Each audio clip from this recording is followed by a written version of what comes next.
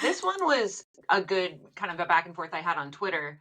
So I thought it would be good to present to you and get your take on it, Katie. So someone asked, if it's bad to be taken from your birth mom, does it still apply if a lesbian couple uses their own eggs for surrogacy? Why are we so concerned in this situation if all they did was have someone else deliver for them? The surrogate didn't even contribute their genes. hmm We talk a lot about how what surrogacy does is it splices what should be one person mother into three different women. And one of those is the genetic mother who contributes the egg. Maybe that's one of the different women in the lesbian couple. The other one is the birth mother who gestates the child and forms that initial critical bond. That might be a surrogate. Maybe it's the other lesbian woman. And then the third is the social mother, the one that provides the feminine presence in the child's life. So there you could argue that both lesbian women could function as the social mother. Now, what's the problem? The problem is that whenever that person, that mother figure is not found, all three of those roles are not found in the same woman, the child's going to experience some loss. If the surrogate is off site, obviously they lose a relationship with that woman completely. And if they are in a situation where it's called reciprocal IVF, which is the one woman gives the egg, the other woman gestates the child. Well, what they're really saying is we recognize both of these mothering roles matter and we each want to have a piece of it. And then, of course, the child gets maybe too much maternal love and is absolutely starved of paternal love. They're starved of the fatherly involvement that is going to really distinctly help and aid in their development and certainly their identity as well. So there's really no way of doing this where the child does not lose something or is deprived of something. And in this case, there's no way that you can split the baby. The child's going to lose something. They will lose a relationship with their genetic mom.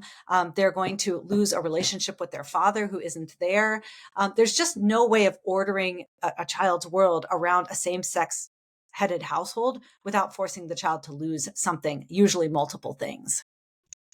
It's been neat feeling equipped from them before us, the messaging, the books, to have these conversations. But you realize too, in a Twitter back and forth where you only get 120, 140 something characters, to try and lay all this out to people, sometimes it's like this person kept going back to, well, you're saying it's bad to be separated from your parent because they were only thinking about the genetic part. And like you're saying, well, no, we're saying there's these multiple aspects of what it means to be a mom.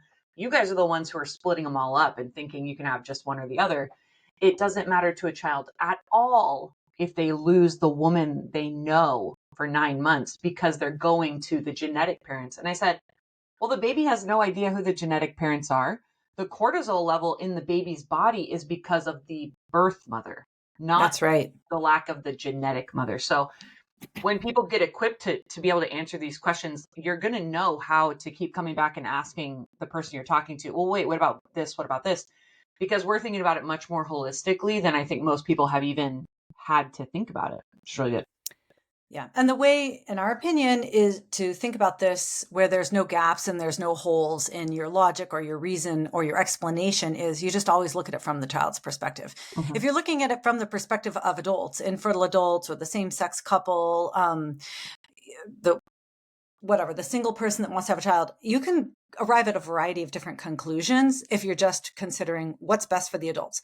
If you're looking at it from the perspective of what's best for the kids, you get a pretty seamless garment of explanation, whether you're talking about divorce or reproductive technologies or adoption, right? So that's why it's like our little hack. Look at it from the child's perspective, start there and work your way out.